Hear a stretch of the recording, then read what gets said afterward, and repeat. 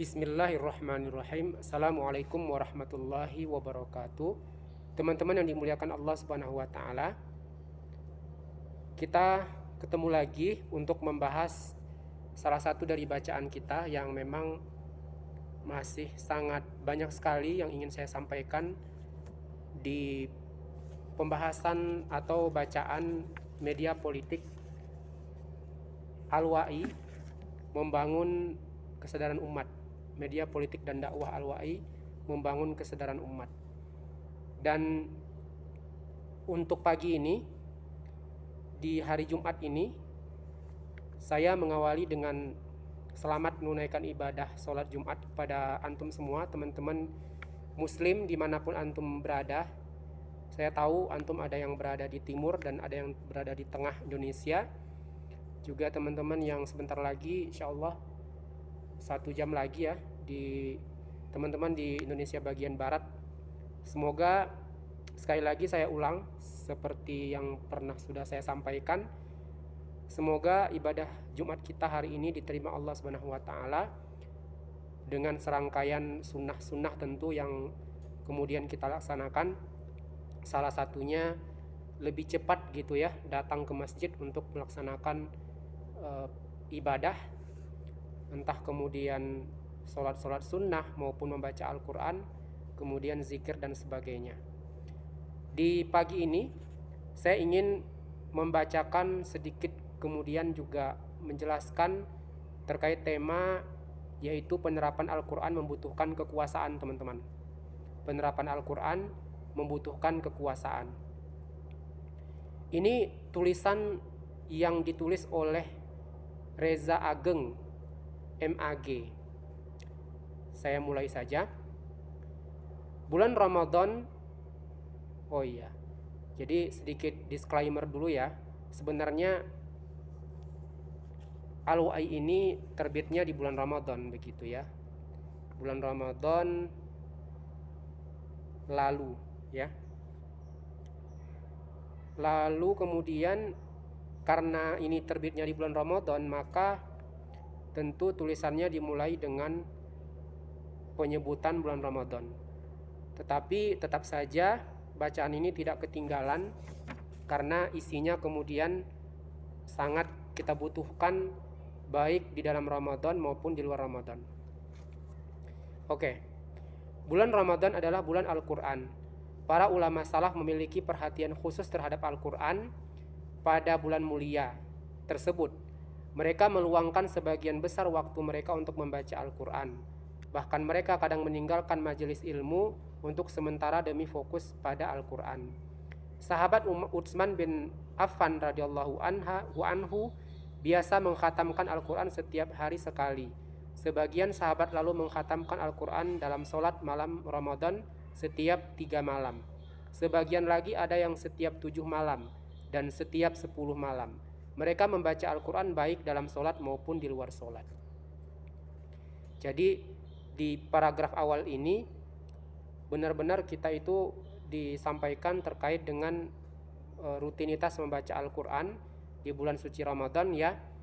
Tetapi mari kita sinkronisasikan dengan di luar Ramadan begitu teman-teman. Untuk hari-hari biasa kita tidak boleh menomorduakan membaca Al-Quran. Insya Allah setiap hari kita berupaya untuk membaca Al-Quran, entah itu di waktu pagi, siang, maupun kemudian sore dan malam teman-teman. Jadi ini semua adalah bentuk kecintaan kita kepada Al-Quran dan membuktikan bahwa memang Al-Quran itu satu-satunya bacaan yang kita itu tidak boleh mendudukkan dia sama dengan yang lain begitu. Jadi Al-Quran itu haruslah lebih sering lagi dibaca, dan walaupun itu di bulan-bulan selain bulan Ramadan. Imam Syafi'i rahimahullah mengkhatamkan membaca Al-Quran sebanyak 60 kali selama Ramadan. Al-Aswad mengkhatamkan membaca Al-Quran setiap 2 malam sekali selama Ramadan.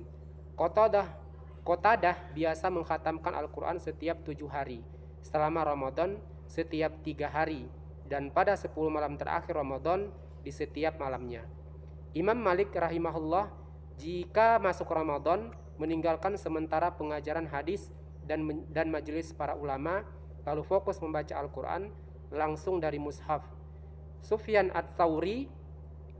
Ats-Tsauri rahimahullah jika masuk Ramadan meninggalkan seluruh bentuk ibadah lain dan memusatkan diri pada membaca Al-Quran. Nah, ini semua dua paragraf ini menunjukkan kepada kita para salafus soleh terdahulu terkait dengan membaca Al-Quran itu benar-benar mereka infakkan waktunya sebanyak mungkin begitu ya, sehingga kemudian ini layak untuk kita ikuti di luar Ramadan juga seperti itu. Kenapa? Karena sekali lagi Al-Quran adalah bacaan yang paling terpuji, bacaan yang termulia. Lalu melalui tulisan ini kita diingatkan supaya mari kemudian kita lebih memusatkan perhatian kepada membaca Al-Quran daripada bacaan-bacaan yang lain, itu maksudnya. Fungsi Al-Quran dalam kehidupan. Hanya saja sekedar membaca dan mengkhatamkan Al-Quran bukanlah tujuan utama di dalam diturunkannya Al-Quran. Allah Subhanahu wa taala berfirman. Ini terdapat di dalam Quran Shad ayat 9. Inilah Al-Quran yang kami turunkan kepada kamu Muhammad yang penuh berkah supaya mereka menghayati ayat-ayatnya dan orang-orang yang berakal sehat mendapat pelajaran yang dalam. Nah, jadi Al-Quran ini diturunkan bukan hanya sebagai sebuah bacaan, tetapi tadi di sini disebutkan menjadi berkah. Lalu supaya kita menghayati ayat-ayatnya. Nah, karena Al-Quran itu terdiri dari 30 juz ya, tentu menghayati ayat-ayatnya itu membutuhkan waktu yang sangat lama dan tentu tidak hanya dicukupkan pada bulan Ramadan saja, begitu ya. Di bulan Muharram seperti ini dan bulan-bulan yang lain pun kita bisa melakukannya. Dan ini lagi-lagi kemudian untuk bisa menuntaskan menghayati seluruhnya. Karena kalau kita hanya mengandalkan pada bulan Ramadan saja, tentu saja itu tidak akan cukup begitu ya, karena waktu juga tidak sebegitu panjang dibandingkan setahun penuh begitu ya. Dan menjadi pelajaran, jadi selain penuh berkah dan untuk dihayati ayat-ayatnya menjadi pelajaran. Nah, sebagai sebuah kata pelajaran artinya di semua ayat-ayat di dalam Al-Quran itu tentu saja semuanya pelajaran. Jadi kita membutuhkan waktu yang banyak untuk mempelajarinya, teman-teman. Nah, ini Allah Subhanahu wa taala juga berfirman di dalam Quran surat Muhammad ayat 24. Tidakkah mereka merenungkan Al-Quran ataukah hati mereka sudah terkunci? Nah, ini sebuah pertanyaan yang sebenarnya itu relate dengan manajemen waktu yang kemudian kita gunakan untuk membaca Al-Quran dan mempelajarinya dan menghayatinya, teman-teman. Karena ketika dikatakan tidakkah mereka merenungkan Al-Quran? Nah, kata merenungkan ini tentu saja sebuah kata yang sifatnya itu kemudian mengajak kita untuk kemudian membaca, kemudian mentadaburi dan tentu saja membedahnya begitu ya. Sehingga nanti dari perilaku-perilaku seperti itu dapatlah sebuah renungan. Katakanlah pada satu ayat misalnya. Kalau kita tidak melakukan tadi yang saya sebutkan, maka mustahil kita bisa merenungkannya begitu. Lalu, ataukah hati mereka sudah terkunci? Nah, ini kita bisa sangat memahami ketika ditanyakan ataukah hati mereka sudah terkunci. Nah, ini kalau kemudian kita hanya mengandalkan bulan Ramadan saja, tentu saja nanti jawaban dari pertanyaan ini jawabannya adalah iya begitu. Tetapi ketika kita benar-benar memanfaatkan waktu di luar bulan Ramadan, kita tentu tidak akan masuk ke dalam pertanyaan ini, teman-teman. Nah, jadi mari kemudian kita selalu membudayakan dan selalu kemudian mewakafkan waktu sebanyak mungkin, tidak hanya di bulan Ramadan dalam hal kemudian menghayati tadi ya, kemudian mengambil pelajaran dan juga tadi mendapatkan keberkahan dari Al-Quran. Di dalam sebuah hadis yang diriwayatkan oleh At-Tirmizi, ini adalah masa saat ilmu akan dicabut dari manusia hingga mereka tidak mampu mengambil sedikit pun dari ilmu tersebut. Nah, jadi sabda ini ya, sabda Rasulullah ini ketika kemudian disematkan atau disetelahkan dari ayat 24 surah Muhammad tadi, ini kan mengindikasikan bahwa ilmu itu akan tercabut oleh manusia atau dari manusia ya, bukan oleh, dari manusia, ketika mereka tidak menginfakkan banyak waktu untuk mempelajari ilmu itu, begitu kan, begitu ya, sehingga ya tercabut ilmu tersebut. Jadi mereka menjadi lupa, menjadi lebih mementingkan kemudian bacaan dan penghayatan yang lain daripada Al-Quran, sehingga akhirnya ya katakanlah mungkin memang ilmu dari selain Al-Quran didapatkan, begitu ya, barangkali ilmu dunia, entah itu matematik, kemudian sosial dan sebagainya. Tetapi di sini yang lebih spesifik itu adalah ilmu tentang Al-Quran, yang sejatinya sebenarnya seluruh yang terdapat di dalam Al-Quran itu adalah ilmu yang bisa kita manfaatkan untuk dunia ini dan akhirat, teman-teman. Nah, sebab itu mudah-mudahan kita belum ada pada masa ketika ilmu akan dicabut, begitu ya. Dan harapan tersebut tentu saja harus kita kemudian setarakan dengan seberapa besar usaha kita untuk kemudian ilmu itu tidak dicabut dari kita, ya. Ziyad bin Labid Al-Ansori berkata, bagaimana mungkin ilmu dicabut dari kami padahal kami telah membaca Al-Quran? Demi Allah, kami akan membaca dan mengajarkan Al-Quran kepada istri-istri dan anak-anak kami. Beliau Rasulullah bersabda, yang diriwayatkan oleh At-Tirmizi lagi ya, celaka engkau wahai Ziyad, sungguh aku menganggap kamu termasuk fuqaha Madinah. Bukankah Taurat dan Injil ada di tangan Yahudi dan Nasrani? Lalu apa manfaatnya bagi mereka? Nah ini. Jadi ketika kemudian Rasulullah tadi di awal bersabda, ini adalah masa saat ilmu akan dicabut dari manusia, mereka tidak mampu mengambil sedikit pun dari ilmu tersebut. Lalu ada seseorang bernama Ziyad bin Labid Al-Ansori. Dia berkata, bagaimana mungkin ilmu dicabut dari kami? Lalu Rasulullah kemudian merespon dengan mengatakan, celaka engkau wahai Ziyad, sungguh aku menganggap kamu termasuk fuqaha Madinah. Padahal engkau itu salah seorang yang berilmu, salah seorang yang paham akan kemudian yang sesuatu yang disampaikan, begitu ya. Bukankah Taurat dan Injil, lalu Nabi melanjutkan, bukankah Taurat dan Injil ada di tangan Yahudi dan Nasrani? Lalu apa manfaatnya bagi mereka? Nah, jadi pertanyaan Rasulullah di sini ya tentu saja maknanya adalah ya orang-orang Yahudi dan Nasrani itu mereka tidak lagi kemudian mempelajari, bahkan lebih dalam daripada itu. Mereka tidak lagi mengambil isi daripada Taurat dan Injil itu secara jujur, begitu. Tetapi mereka kemudian menyembunyikan kalimat-kalimat yang asli, lalu menampakkan kepada umat mereka kalimat-kalimat yang palsu yang mereka kemudian ciptakan dari lisan mereka sendiri, teman-teman.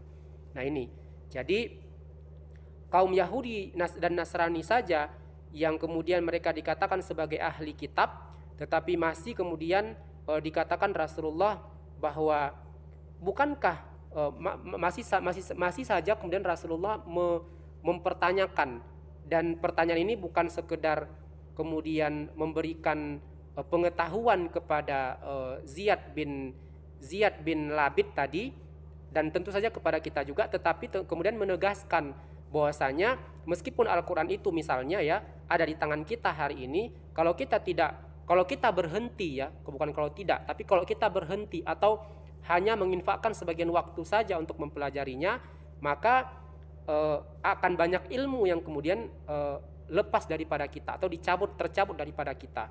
Itulah sebabnya kemudian tidak hanya kemudian memanfaatkan waktu sedikit, melainkan harus banyak, lalu tidak hanya membaca tetapi menghayati, dan nanti di kelanjutan ini sudah pasti akan diarahkan untuk kemudian menerapkan isinya, begitu ya, insyaallah. Lalu jelaslah, mengkhatamkan Al-Quran bukanlah tujuan utama walau hal tersebut dinilai sebagai ibadah.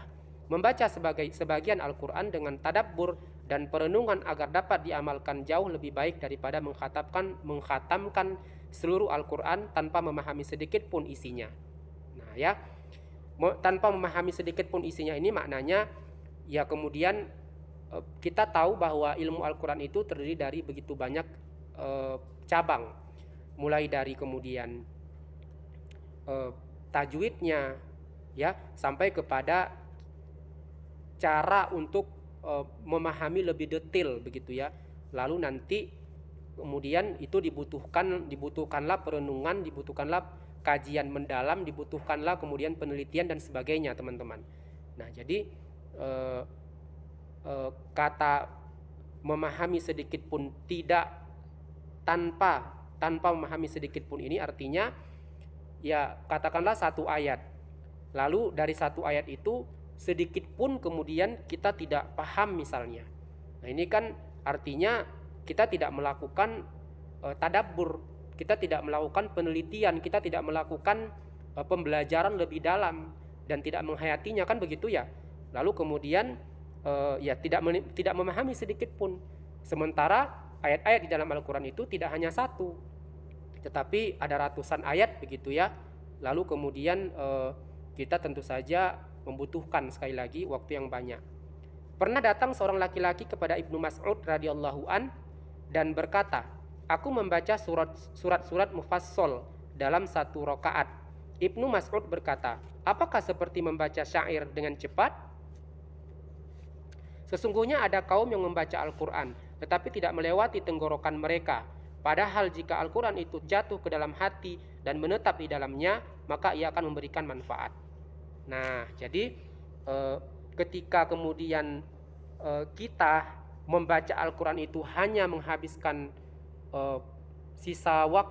hanya menghabiskan waktu kepada bacaannya total ya, tanpa kemudian memahami isinya itu seperti apa, sekalipun kemudian bacaan tersebut kita bumbuhi dengan irama yang merdu ya, dengan keilmuan irama yang banyak, tetapi kemudian kita tidak paham maknanya, nah ini sama saja kemudian ya tidak melewati tenggorokan.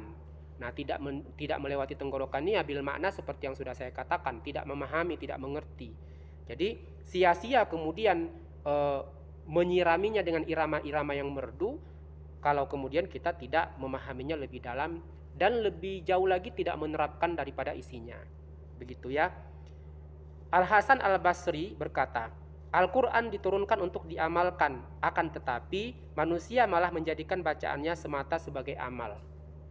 Mengamalkan Al-Quran semestinya menjadi misi setiap individu dan masyarakat muslim dalam kehidupan. Kehidupan yang sejati adalah kehidupan yang berjalan sesuai dengan aturan Al-Quran. Tanpa aturan Al-Quran tidak ada kehidupan, meskipun manusia menganggap itu sebagai kehidupan. Lihat Al-Quran surah Al-An'am ayat 122. Tidak ada kehidupan yang hakiki tanpa Al-Quran. Sebabnya Al-Quran adalah ruh kehidupan.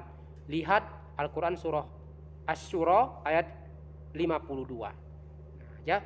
Jadi sekarang kita sudah masuk di paragraf-paragraf yang menjelaskan kepada kita bahwa Al-Quran tidak hanya dicukupkan pada sebuah amalan dalam bentuk bacaan dan memperindahnya, tetapi dia harus diamalkan.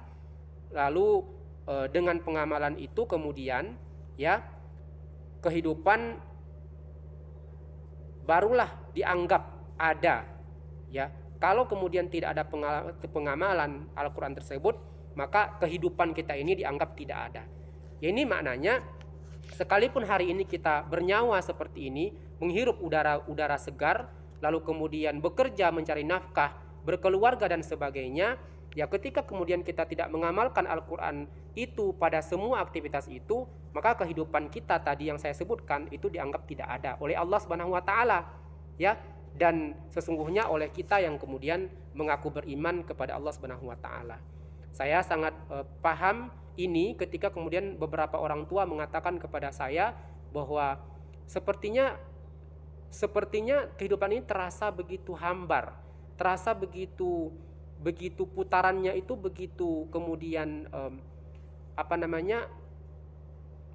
mandek atau kemudian suntuk atau kemudian tidak berasa begitu, ya, seperti tidak berisi begitu.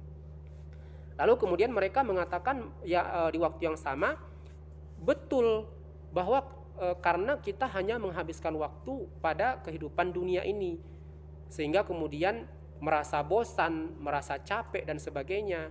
Nah, satu hal yang kemudian mereka terlewat, hal itu semua terjadi ya karena kemudian Al-Quran tidak dibaca, kemudian tidak diamalkan, ya, sehingga terjadilah rasa kekosongan, kehambaran dan sebagainya dalam kehidupan. Meskipun sebenarnya mereka barangkali begitu berharta, ya, kemudian anak-anak juga begitu banyak dianugerahi oleh Allah, begitu ya. Kemudian tidak ada kehidupan yang hakiki tanpa Al-Quran. Sebabnya Al-Quran adalah ruh kehidupan.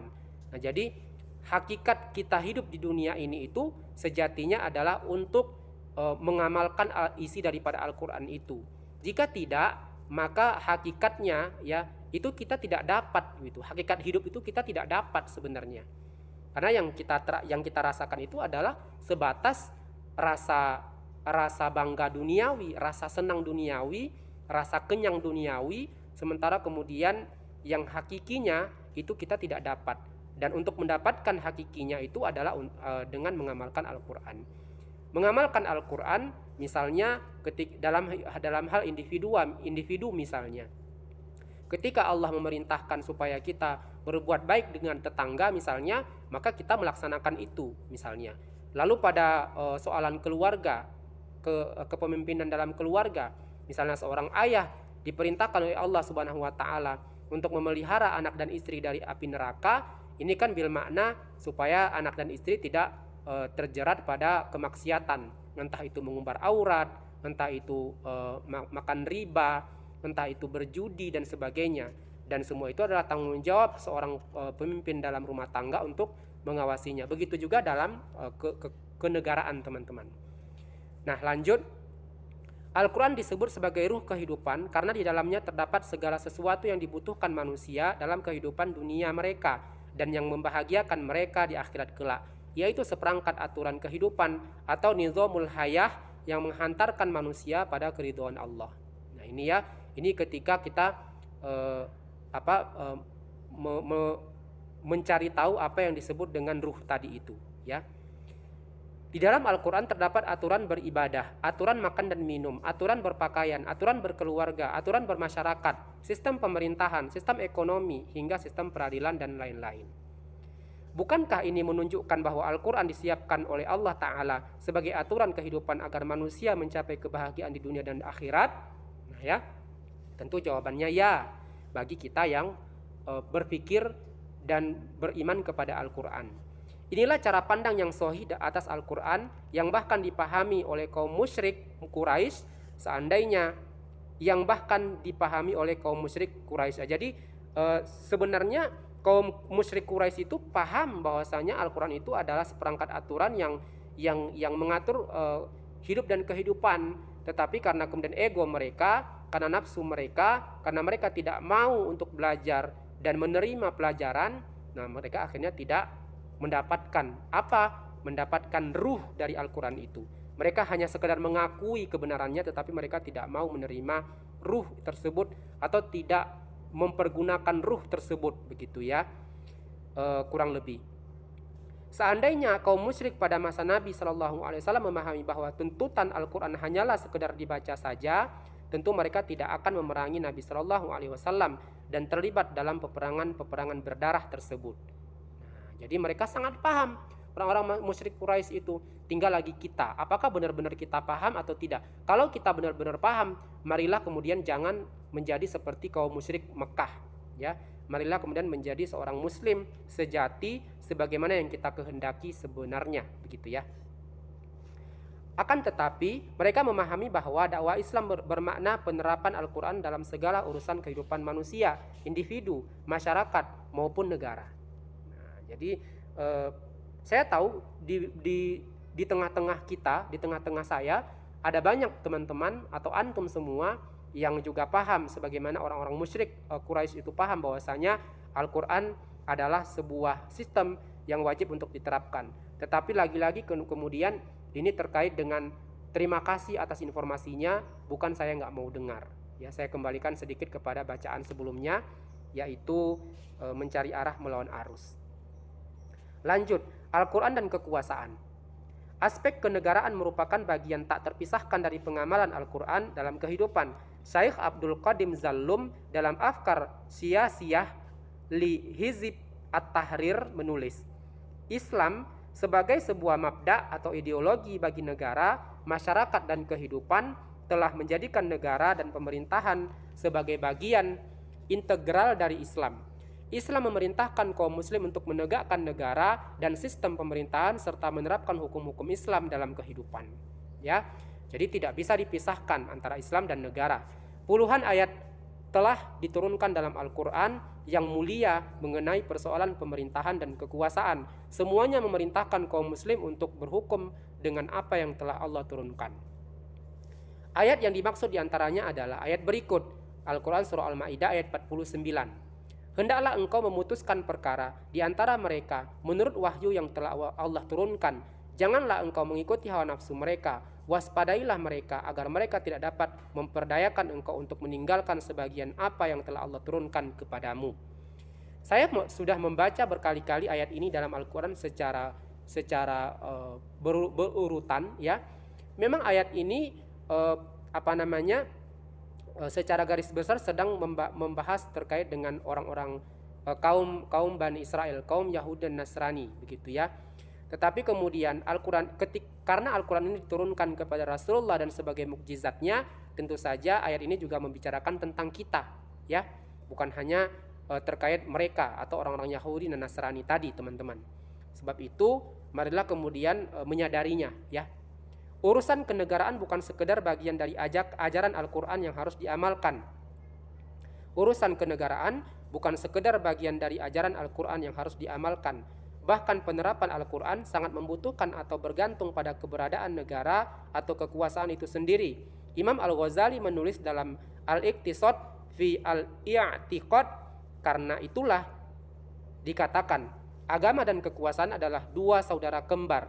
Juga dikatakan agama adalah fondasi, sedangkan kekuasaan adalah penjaga. Sesuatu yang tidak memiliki fondasi akan runtuh, dan sesuatu yang tidak memiliki penjaga akan sia-sia. Nah, jadi kita ini tadi sedang kemudian mendalami tulisan yang berkaitan dengan penerapan Al-Quran membutuhkan kekuasaan. Di awal tadi diajak kita untuk lebih sering dan lebih selalu menginfakkan banyak waktu kepada membaca Al-Quran, kemudian seterusnya mengamalkan isinya. Lalu yang ketiga ini, bahwa Al-Quran betul-betul membutuhkan negara untuk bisa diterapkan.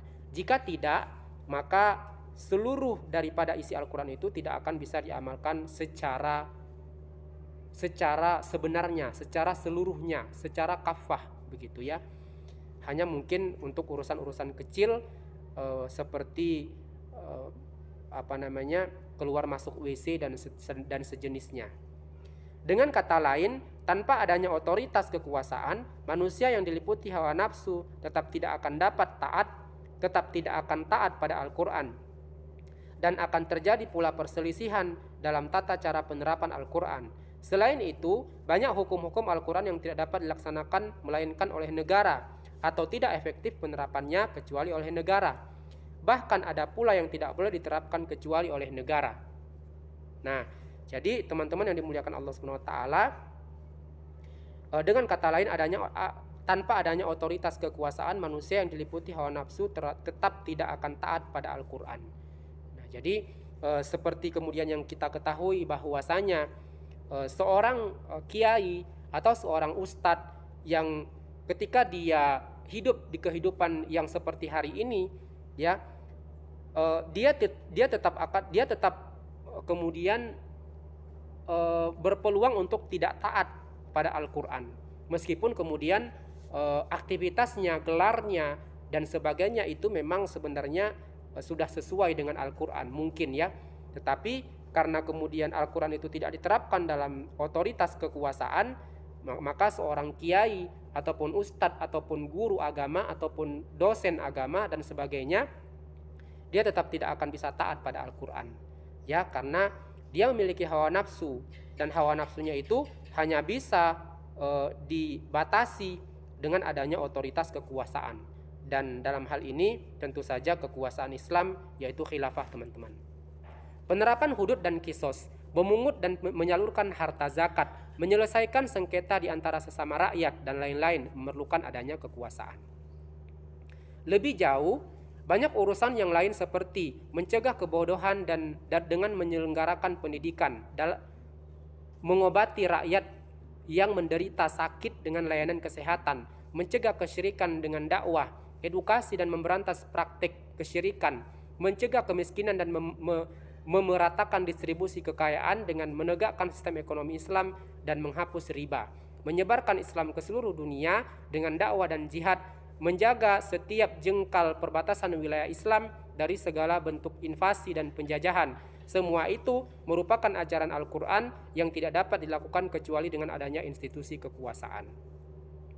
Ibnu Katsir dalam tafsirnya berkata, dalam hadis disebutkan, sesungguhnya Allah dengan kekuasaan benar-benar menahan kejahatan yang tidak dapat ditahan oleh Al-Quran. Hadis mauquf. Jadi Allah Subhanahu wa taala meskipun kemudian dia adalah zat yang maha kuasa, tetapi kemudian dalam kehidupan manusia tetap membutuhkan kekuasaan untuk bisa kemudian menahan kejahatan. Ini sangat-sangat kita butuhkan. Apabila kita kemudian hanya kemudian benar-benar mengharapkan langsung Allah yang menahan kejahatan, maka caranya Allah itu nanti akan sangat menyakitkan bagi kita sebagai manusia. Maka dibutuhkannya kekuasaan ini merupakan bentuk tanda kasih sayangnya Allah kepada kita, begitu ya. Karena kalau Allah yang memberikan kemudian penahanan atau menahan sesuatu kejahatan, ini tidak ubahnya seperti yang sudah kita rasakan. Entah yang kemudian kita rasakan itu kemudian kemarau panjang, entah gempa bumi, entah itu tsunami, entah itu banjir bandang. Nah, kalau Allah yang memberikan penahanannya atau menahan kejahatan tersebut, kita merasakan dia itu tidak akan sanggup, begitu. Sebab itu kekuasaan melalui sebuah kemudian regulasi ini akan lebih lembut, ini akan lebih soft, ini akan lebih kemudian manusiawi lah, tanda kutip, karena memang manusianya kita itu jauh berbeda dari Allah itu secara zat, begitu ya. Manusianya kita ukurannya itu tentu saja sebuah regulasi yang masuk akal ya.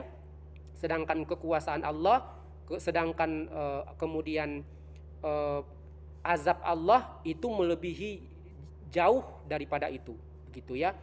Dan tidak akan bisa kemudian dipersiskan, begitu. Makanya Allah Subhanahu wa taala dengan kekuasaan benar-benar menahan kejahatan yang tidak dapat ditahan oleh Al-Quran. Nah, Al-Quran sebagai sebuah kitab, dia bukanlah sebuah kemudian bukanlah sesosok manusia yang kemudian dia bisa berbuat penahanan misalnya ya terkait dengan kejahatan.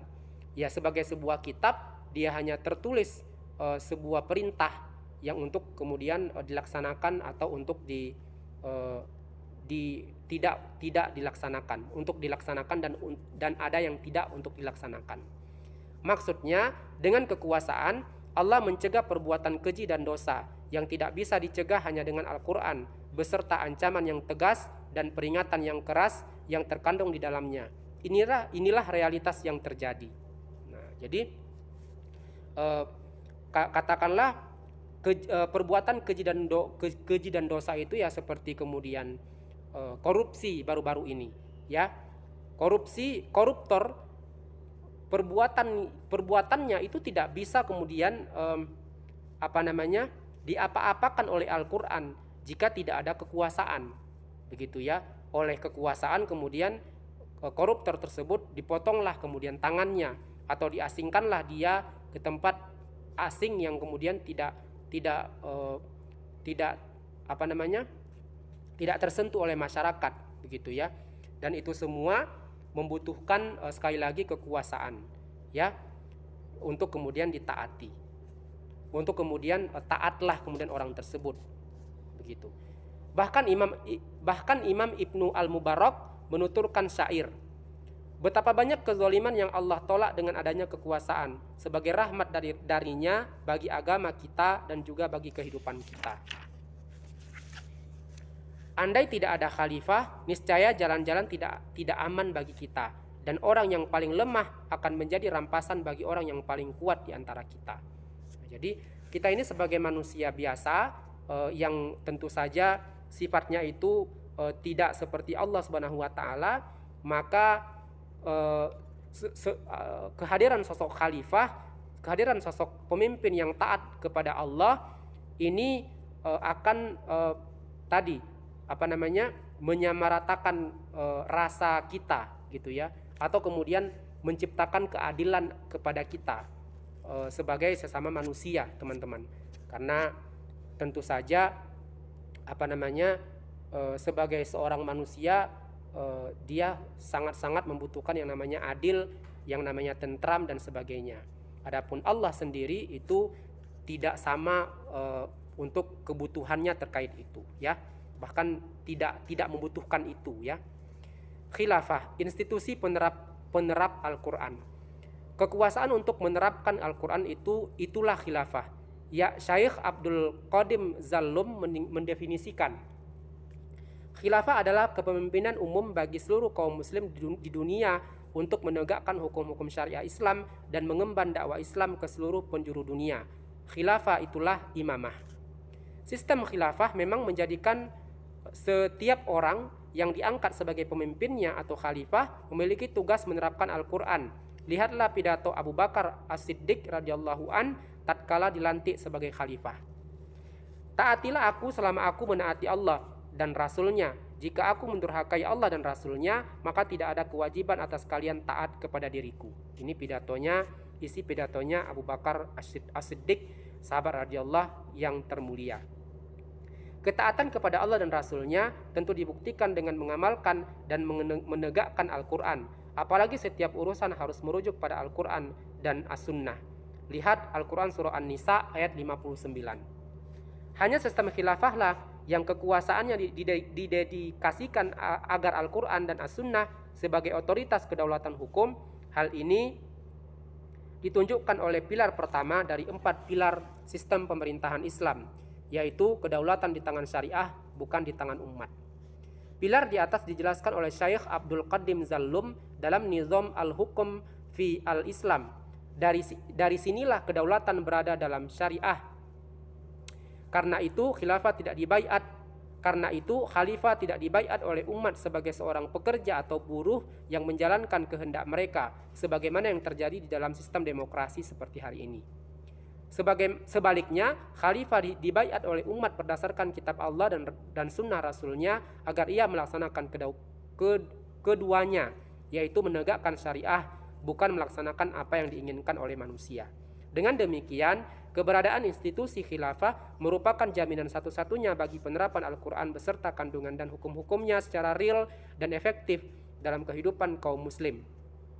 Dengan khilafah, Al-Qur'an dan As-Sunnah menjadi sumber hukum. Semua aturan perundang-undangan yang berlaku wajib bersumber dan didasarkan pada Al-Qur'an. Hasilnya akan terwujud kehidupan masyarakat yang sejahtera, lahir dan batin, dalam balutan keberkahan yang tercurah dari langit dan bumi, sebagaimana janji Ar-Rahman dalam Al-Qur'an surah Al-A'raf ayat 96.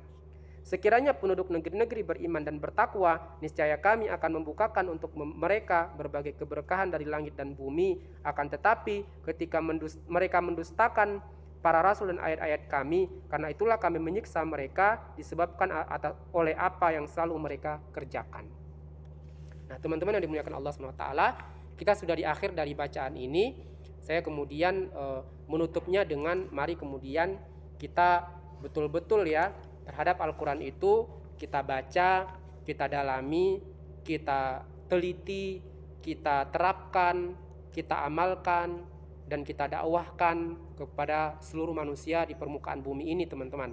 Dan ini tugas yang tidak hanya terjadi di dalam bulan suci Ramadan, melainkan di bulan-bulan yang lain pun sama. Demikian, nanti kita ketemu lagi di bacaan yang sama, tetapi tema yang berbeda insya Allah ya. Saya cukupkan dulu. Terima kasih sampai menit ini antum masih berada di sini. Assalamualaikum warahmatullahi wabarakatuh.